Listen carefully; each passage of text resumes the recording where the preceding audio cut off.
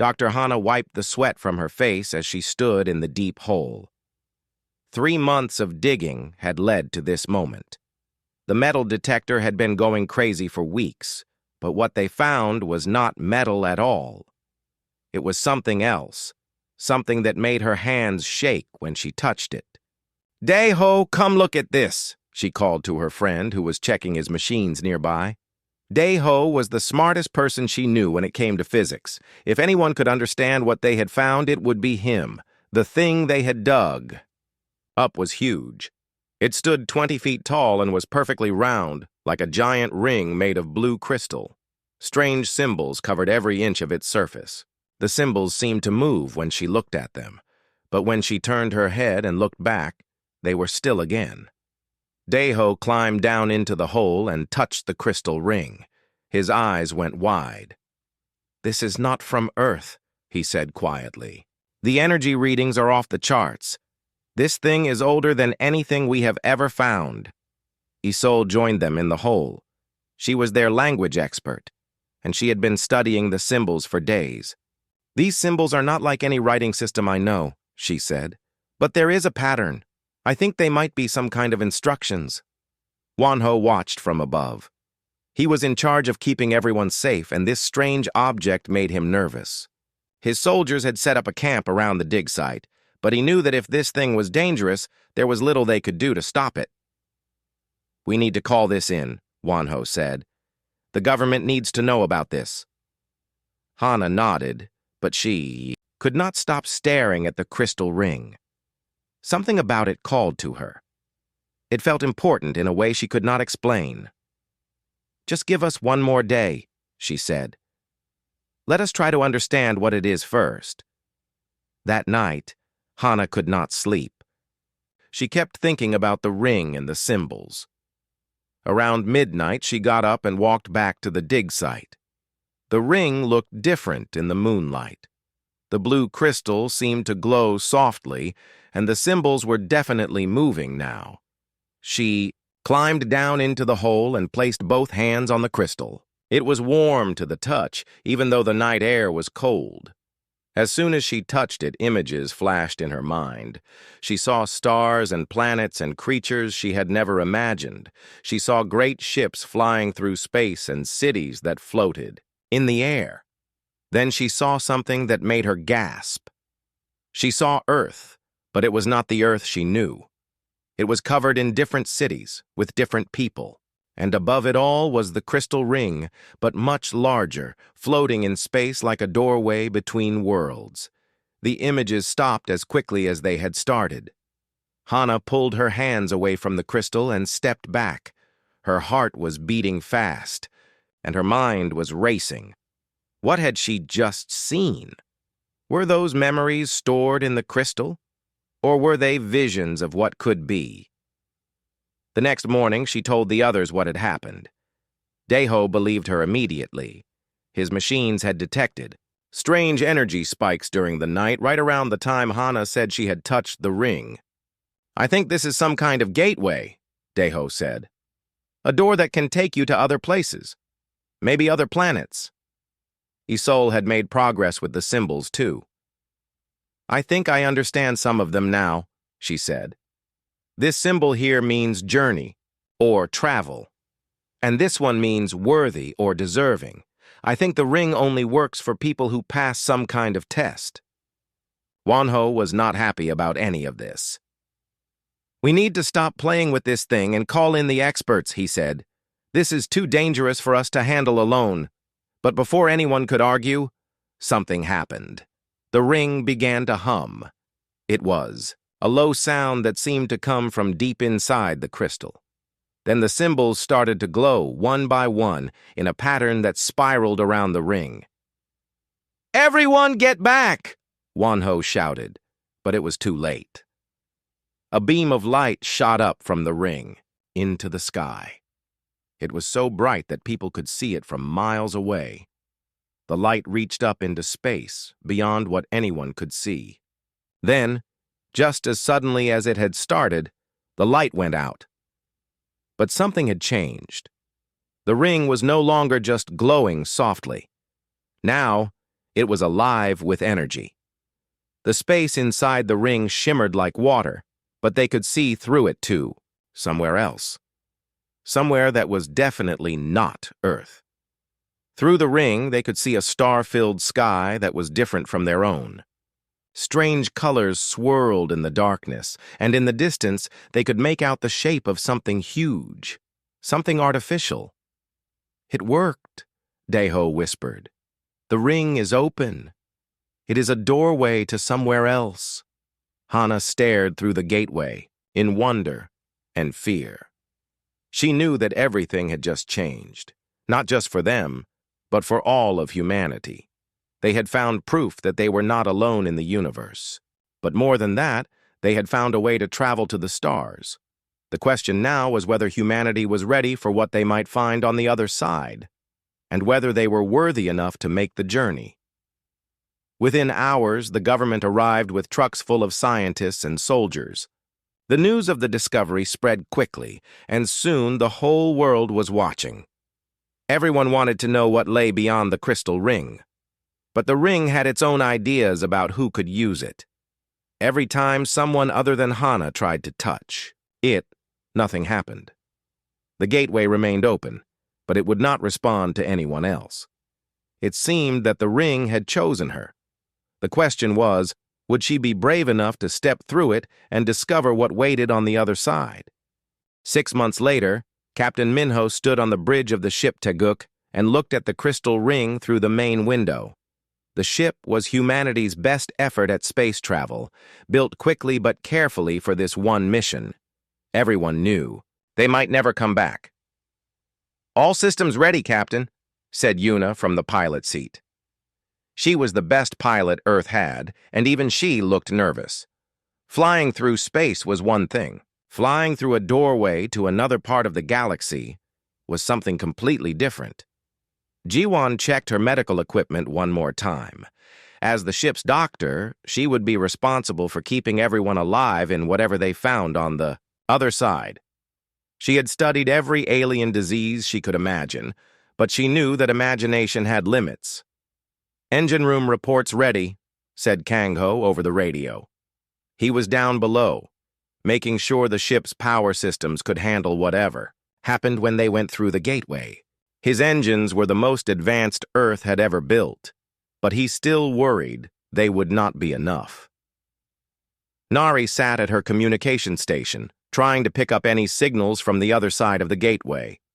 For months, she had been listening, but the doorway was silent. Either there was nothing alive on the other side, or they were about to meet something that did not want to talk. Hyunwoo and his team of Marines checked their weapons. They were the ship's protection, trained for any kind of fight, but their training was all based on fighting humans. They had no idea what kinds of enemies they might face in space.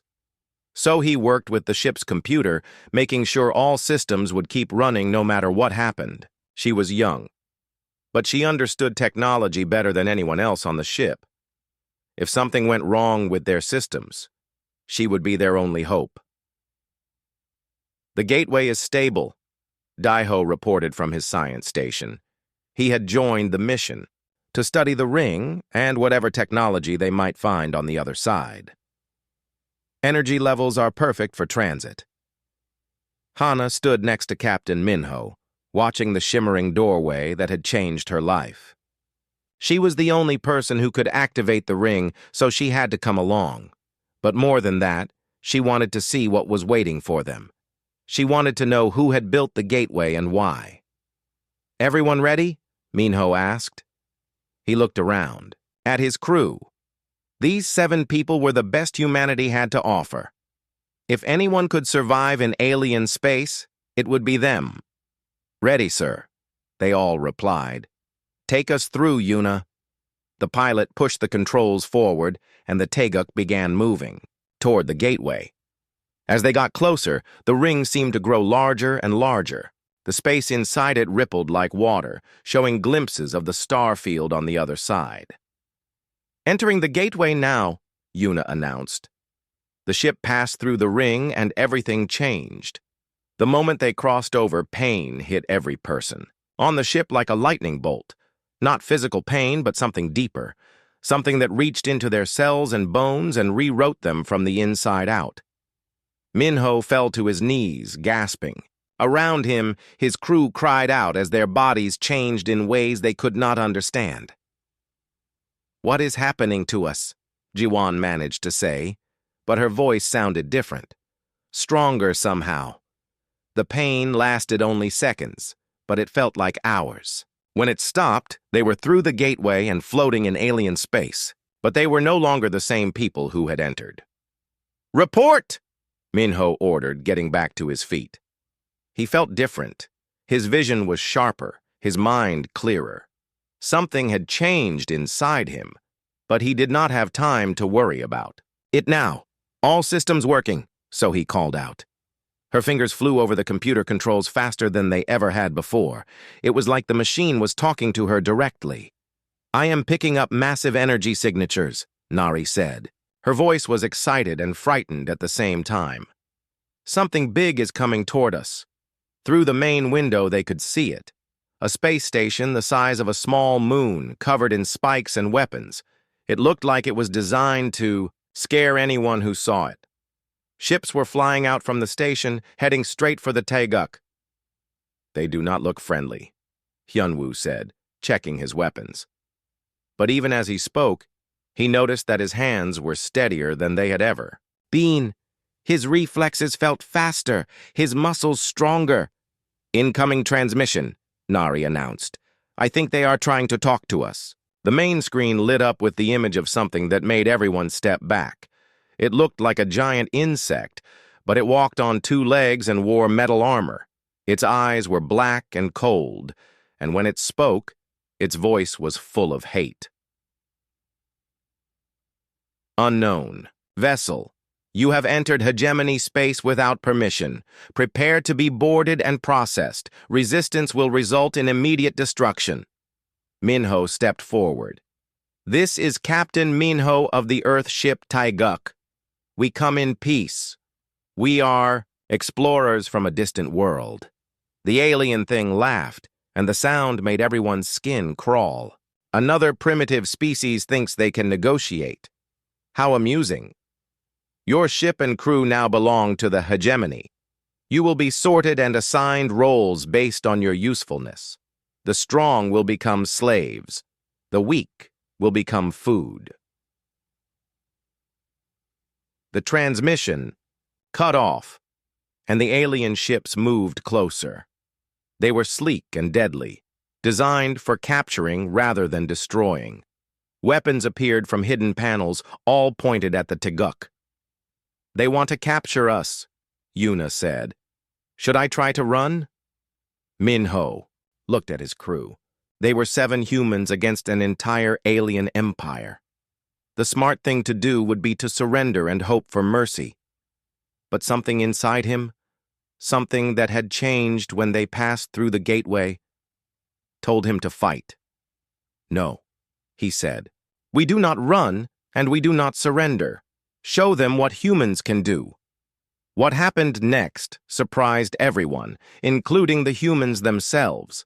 As the alien ships attacked, the crew of the Taeguk fought back with skills they did not know they had.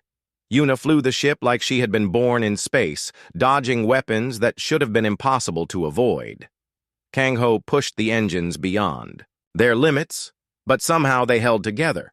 The aliens had capture weapons that could disable any known ship, but they did not work on the Taeguk. The crew had been changed by the gateway, and their ship had been changed too. They were no longer bound by the same rules as other species, but there were too many alien ships.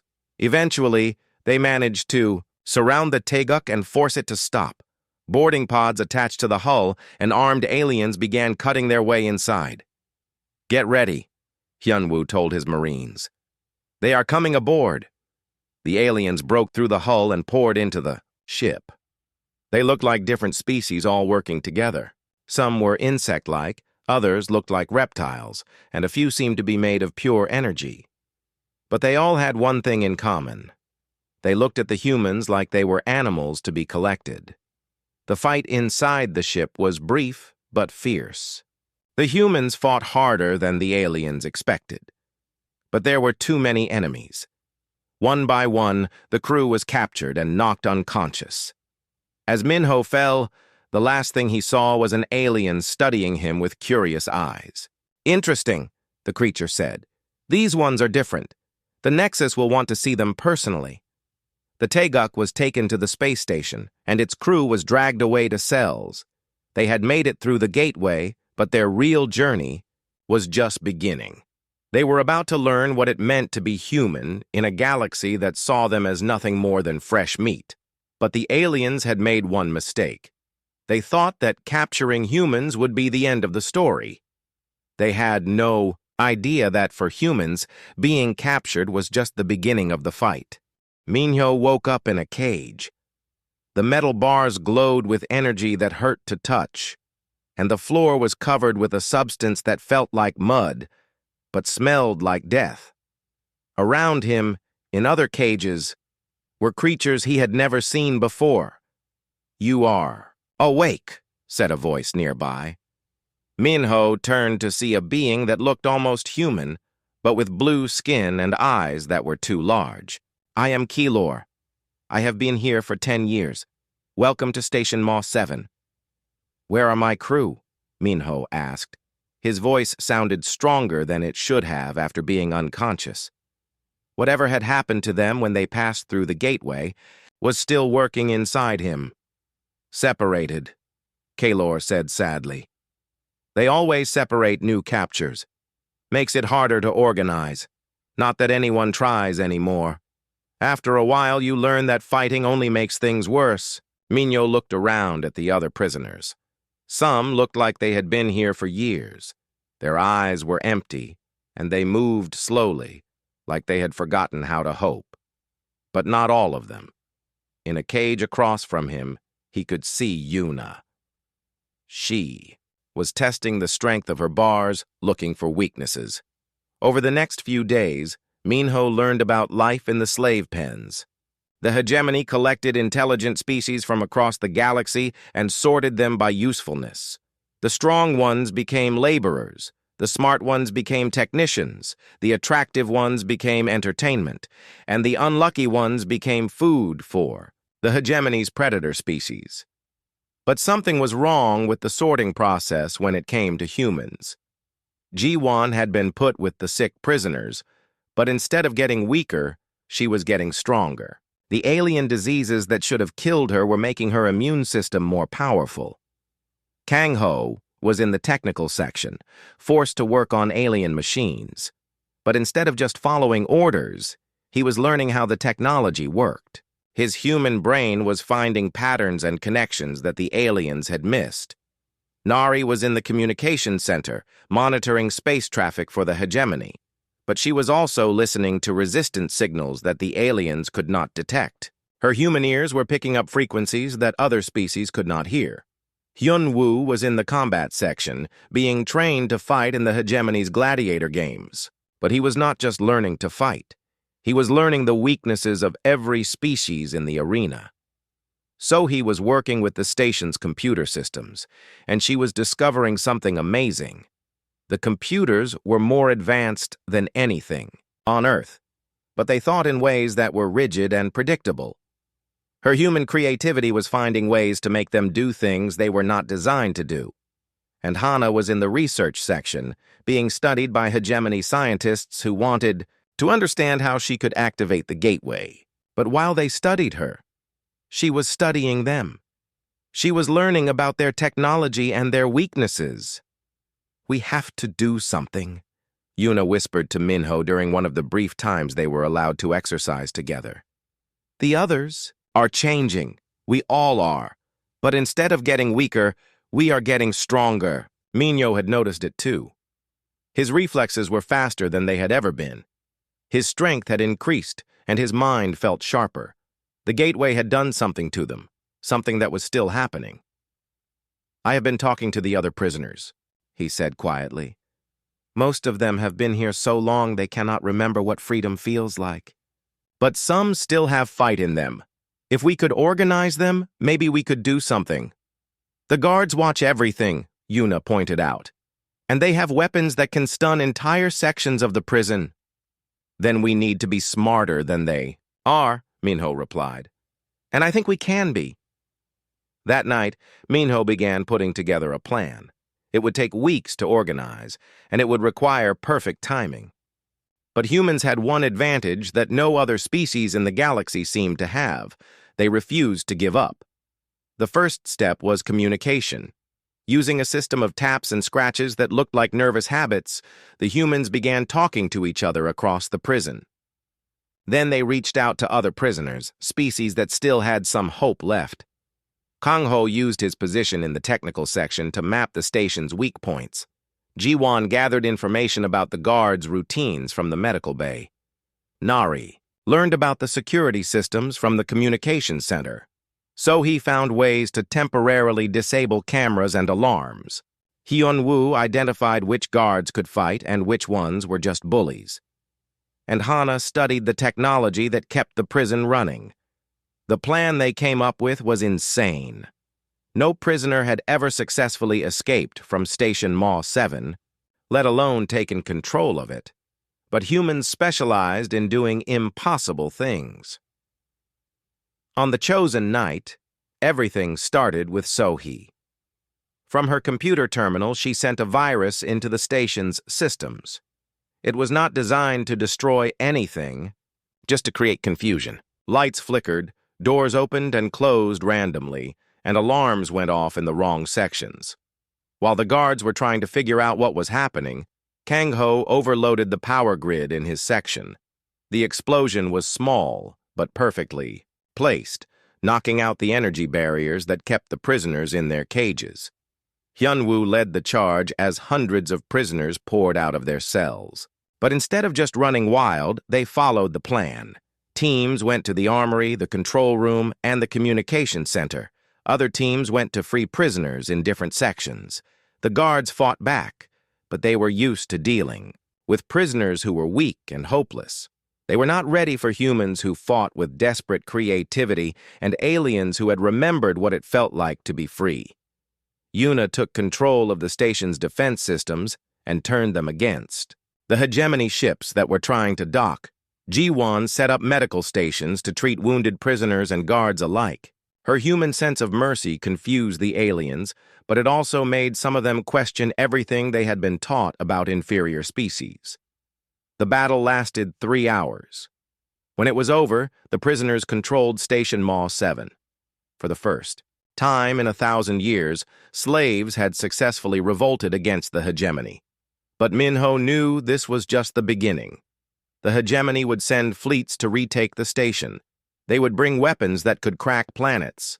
And they would show no mercy to anyone who had dared to resist. "What do we do now?" asked Kaylor, who could barely believe they had won.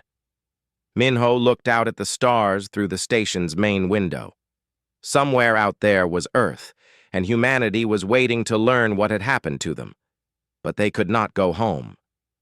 The gateway only worked one way, and besides, they could not lead the hegemony back to Earth. "Now we fight," he said. "We show this galaxy what humans can do when they refuse to be slaves, and we give hope to every species that has been beaten down by the hegemony." It was a declaration of war against an empire that had ruled for 1,000,000 years. 7 humans and a space station full of freed slaves against fleets that numbered in the thousands. But humans had always been good at fighting impossible odds. And now they were something more than human. They were evolution in action, adaptation given form. They were what happened when Earth's greatest survivors met the ultimate test. The galaxy was about to learn what that meant. 3 months after the revolt, Station Ma 7 had become something the galaxy had never seen before. It was no longer a prison. It was a symbol of hope, and that hope was spreading faster than the hegemony could stop it. Nari worked day and night at the communications center, broadcasting the story of the human uprising to every corner of the galaxy. Her signals reached planets where slaves had thought freedom was impossible. They reached species that had forgotten they had ever been free. Another dozen systems have joined the resistance. she reported to Minho during their daily meeting. The hegemony is losing control faster than they can send fleets to stop it. But Minho was more concerned about the changes happening to his crew. They were still human, but they were becoming something more. So he could now interface with alien computers just by touching them. Her mind worked at speeds that should have been impossible for organic brains. Jiwan had developed immunities to toxins and diseases that killed other species instantly. More than that, she could create antidotes for poisons she had never encountered before. Her body had become a living laboratory that could adapt to any threat. I ran some tests on myself, she told the group during one of their meetings. My cellular structure is still changing. We are not just healing faster or getting stronger. We are evolving in real time. Daeho, who had arrived on the second wave of ships through the gateway, was studying the phenomenon. The gateway did not just transport us, he explained. It rewrote our genetic code, made us adaptable in ways that no natural species could be. Yuna had discovered she could survive in environments that would kill most beings. She could breathe thin atmosphere, resist radiation, and function in extreme temperatures. During battles, she piloted ships through conditions that should have been impossible to navigate. Kang Ho had developed an intuitive understanding of all technology. He could repair alien machines that he had never seen before and improve designs that had been perfected over millions of years. His human creativity was finding solutions that rigidly logical alien minds could not conceive. Yunwoo had become something that terrified hegemony forces. His reflexes were faster than their sensors could track, his strength was beyond their calculations, and his tactical thinking was completely unpredictable. He trained the freed slaves in human combat methods that turned desperate refugees into effective soldiers. Hana spent her time studying the gateway technology and making a disturbing discovery. The beings who built the gateways left records, she told the others. They were called the architects, and they built the gateway network millions of years ago. But they did not disappear. They were waiting. Waiting for what? Minho asked. For a species that could pass their test. A species that could break the cycle of domination that has controlled this galaxy for so long. Hana pulled up star charts showing the locations of other gateways. There are hundreds of them throughout the galaxy. Most have been dormant for millions of years, but now they are starting to activate. The implications were staggering. Humanity was not just one species that had stumbled through a gateway. They were the key to awakening an ancient network that could transform the entire galaxy. But the hegemony was not going to let that happen without a fight. Fleet Admiral Vorthak, the most feared military leader in their empire, was gathering the largest force in galactic history. He commanded weapons that could sterilize entire star systems and fleets that had never known defeat. Intelligence reports indicate the death fleets are moving toward our position, Hyunwoo reported. Estimated arrival in 2 weeks. They are bringing everything they have. How many ships? Minho asked. Approximately 10,000 combat vessels, supported by planet-killer weapons and reality distortion fields. Hyunwoo paused. Sir, our current forces number less than 100 ships, most of them converted civilian vessels. The mathematics are not in our favor. In any conventional battle, the humans and their allies would be annihilated in minutes. But humans had never fought conventional battles. They fought with desperation and creativity and an absolute refusal to accept defeat. We cannot match their firepower, Minho admitted. So we will not try to. We will do what humans do best. We will adapt. The plan they developed was as crazy as everything else they had done. Instead of fighting the death fleets directly, they would use the galaxy's own infrastructure against them. The hegemony had built their empire on a network of hyperspace relays that allowed instant communication and travel. Those relays could be turned into weapons. So he led a team of human and alien technicians in reprogramming the relay network. It required her to interface directly with systems that were designed to kill anyone who tried to access them. But her evolved abilities allowed her to survive the security measures and rewrite the core programming. Kangho worked on modifying their small fleet to survive in hyperspace without the protection of the relays. It required technology that had never been tested and engineering solutions that violated several laws of physics. But human creativity had always found ways around impossible problems. Nari coordinated with resistance cells throughout the galaxy, timing their attacks to coincide with the Death Fleet assault. If their plan worked, the entire hegemony communication network would collapse at the moment they needed it most. When the Death Fleets arrived at Station Maw 7, they found what appeared to be a desperate defense: 100 small ships against 10,000 massive warships. The battle should have lasted minutes. Admiral Vorthak opened communications with the station. His image appeared on the main screen, a towering insectoid creature covered in battle scars.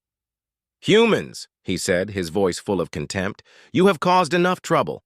Surrender now, and your deaths will be quick." Minho appeared on the return transmission. He looked calm, almost relaxed. "Admiral, I have a counteroffer. Surrender to us, and we will show you what mercy looks like." Vorthak's mandibles clicked in amusement. "You face the combined might of the hegemony's death fleets, and you offer me terms? Your species truly is insane." "That is what makes us dangerous," Minho replied. Then he nodded to So-Hee. She activated the modified relay network, and everything changed. The hyperspace relays that the hegemony used for communication and coordination suddenly became weapons. Energy feedback cascaded through the network, overloading systems throughout the galaxy. Hegemony ships found their navigation computers failing, their weapons misfiring, and their communication systems broadcasting human messages instead of military orders. But the real surprise came when Hana activated the other gateways. Ancient doorways that had been silent for millions of years suddenly came to life. Through them came ships crewed by humans who had found other ways to reach the stars. Earth had not been sitting idle while the original crew fought in alien space. The Death Fleets found themselves facing not just 100 ships, but thousands. And these were not just human ships. They were crewed by humans who had been changed by the gateways, humans who had evolved beyond the limitations of their original biology. The battle that followed was unlike anything the galaxy had ever seen. Instead of the rigid formations and predictable tactics that the hegemony expected, the human fleets fought with chaos and creativity. They used the enemy's own weapons against them, turned their strengths into weaknesses, and found victory in situations that should have been impossible. But the most important change was not in the battle itself. It was in the other species who saw it happen. For the first time in 1,000,000 years, slaves throughout the galaxy saw their masters defeated. They saw that the hegemony could be beaten, that freedom was possible. Within hours, rebellions broke out on 1,000 worlds. The empire that had ruled the galaxy for so long began to crumble, not because of military defeat, but because its subjects had remembered what it felt like to hope. Admiral Vorthak's final transmission came from his crippled flagship. "This is not over, humans. You have won a battle, but the war will continue." Minho's response was broadcast throughout the galaxy. "You are right, Admiral. This is not over. But it is not a war anymore. It is an evolution. And you can either adapt or be left behind." The age of domination was ending. The age of cooperation was about to begin. And at the center of it all were 7 humans who had refused to accept that some things were impossible. 5 years had passed since the Battle of Maw 7, and the galaxy was unrecognizable. Where once the hegemony had ruled with iron fists and sharp claws, now there was something that had never existed before, a council where all species had equal voices. Minho stood before the Galactic Assembly, looking out at representatives from 1,000 worlds. Some were former slaves who had won their freedom. Others were former hegemony leaders who had chosen cooperation over conquest. A few were species that had hidden in the dark corners of space for millions of years, waiting for it to be safe to show themselves. The question before us today, Minho said, is not whether to explore the architect ruins in the Andromeda Spiral. The question is whether we are ready for what we might find there. The discovery of the architect homeworld had changed everything. It was not a dead world, as everyone had expected. It was a living archive, a repository of knowledge that spanned billions of years. And at its center was a message that had been waiting for someone worthy to receive it. Hana had been the first to make contact with the architect consciousness. She stood now beside Minho, but she was no longer entirely human. The gateway changes had continued, and she could now exist partially in digital space, communicating directly with ancient artificial intelligences. The architects did not disappear, she explained to the assembly. They evolved beyond physical form. They became something that could exist in the spaces between stars, in the quantum foam of reality itself. But they left their knowledge behind, waiting for a species that could use it wisely. In the audience, Deho nodded. He had spent years studying architect technology, and what he had learned challenged everything humanity thought they knew about: physics.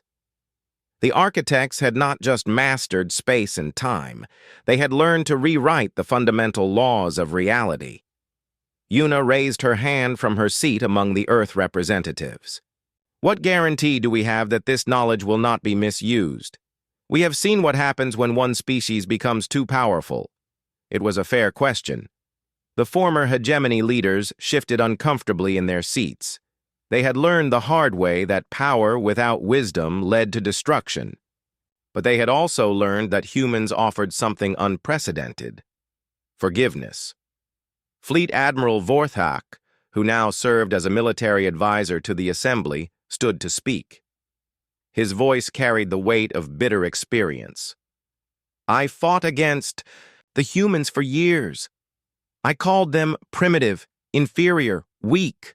I was wrong about everything except one thing. They are dangerous. But not in the way I thought.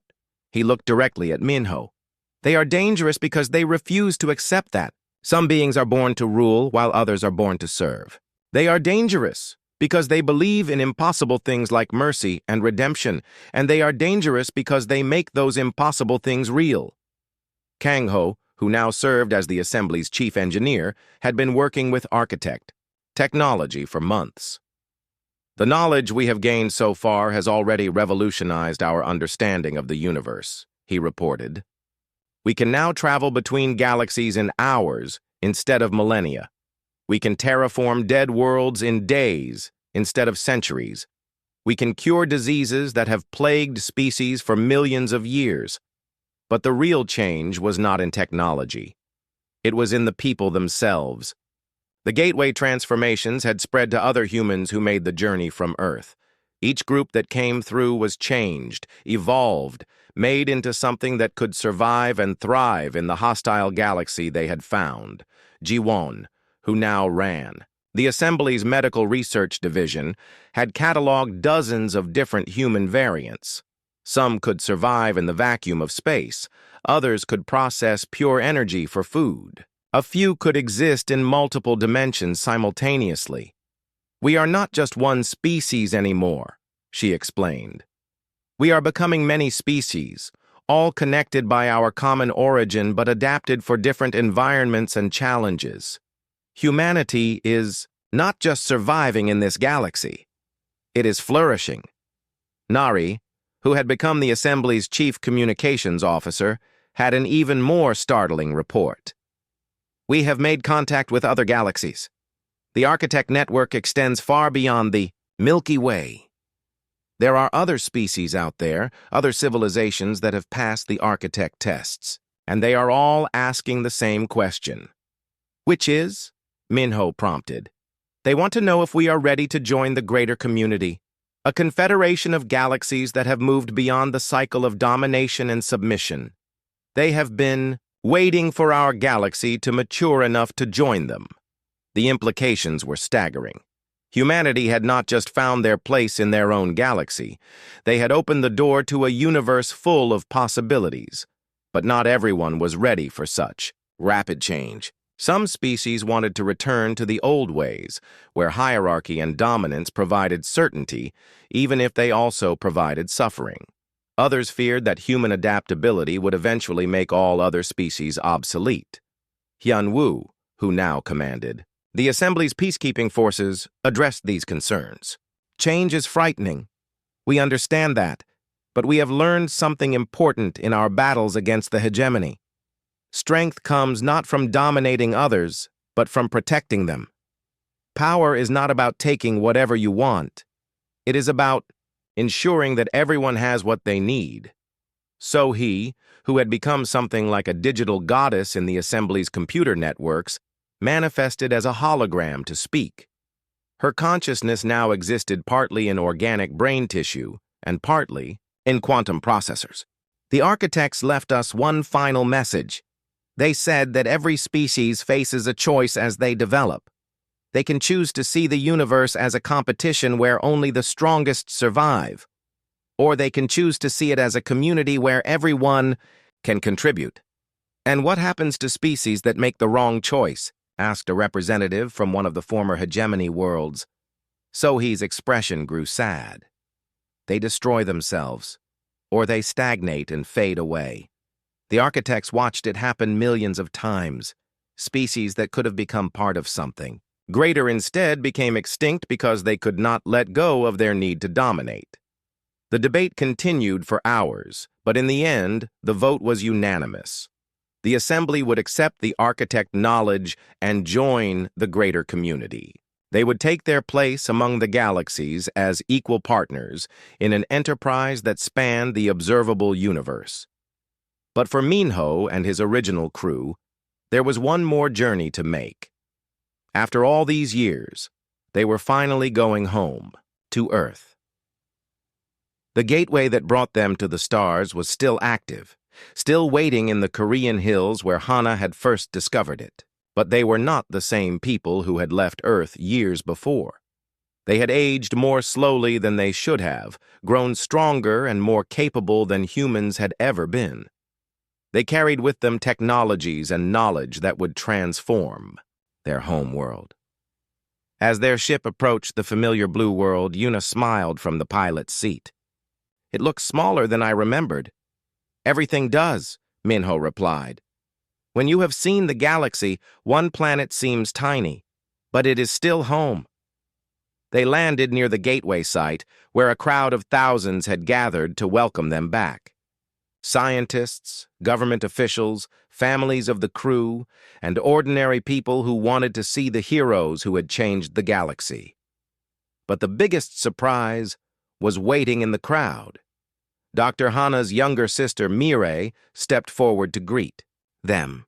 She looked exactly like Hana had when they first found the gateway, but Hana now appeared to be only slightly older, preserved by the changes that had transformed them all.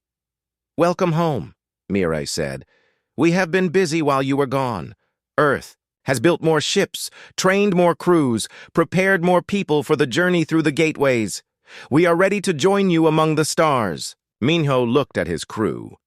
These 6 people who had become something more than human while remaining essentially themselves. They had leaped into the unknown as explorers. They had returned as the founders of a new age. "Then let us begin," he said. "The galaxy is waiting, and there is so much work to do."